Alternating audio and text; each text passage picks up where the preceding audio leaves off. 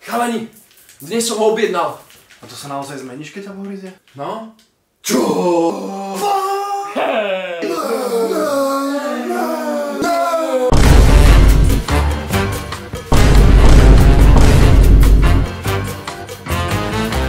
Tak čau, chalani, idem! Čau!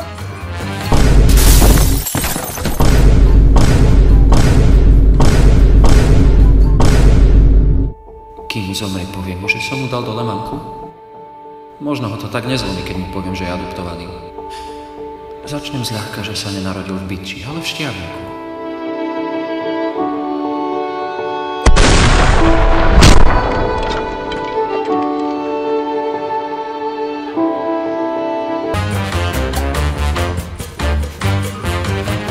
Nazdar, herec.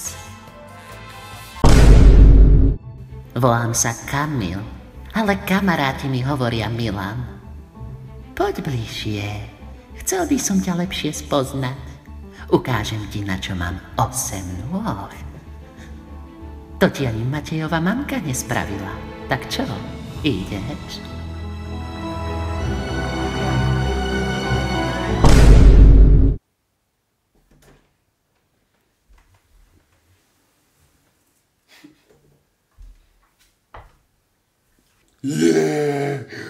Palušík.